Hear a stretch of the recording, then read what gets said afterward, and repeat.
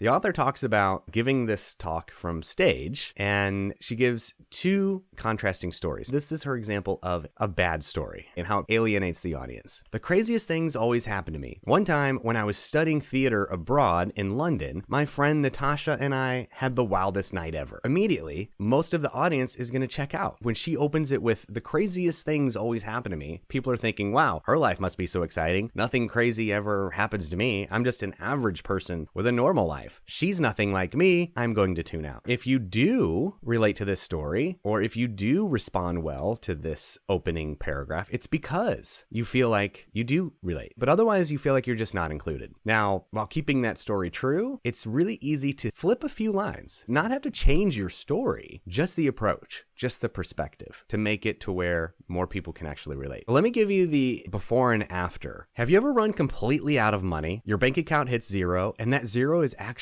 a zero. There's no emergency credit card, no call you can make to a parent. You're just at zero. I hit zero when I was studying abroad in London, and conveniently, my visiting friend Natasha also hit zero that very same night. We decided to take our subway passes and go hit the town anyway. Quite different of an opening paragraph, wouldn't you say? So how do you think this becomes more relatable to an audience? Her question: have you ever run completely out of money? When you start with a question, you immediately invite them in. It's not always going to work, but if you can, try to include it. People can all relate with feeling like they haven't had enough money at some point in their lives. We all kind of know that feeling. So now you feel like this person is conversing with you instead of just talking at you.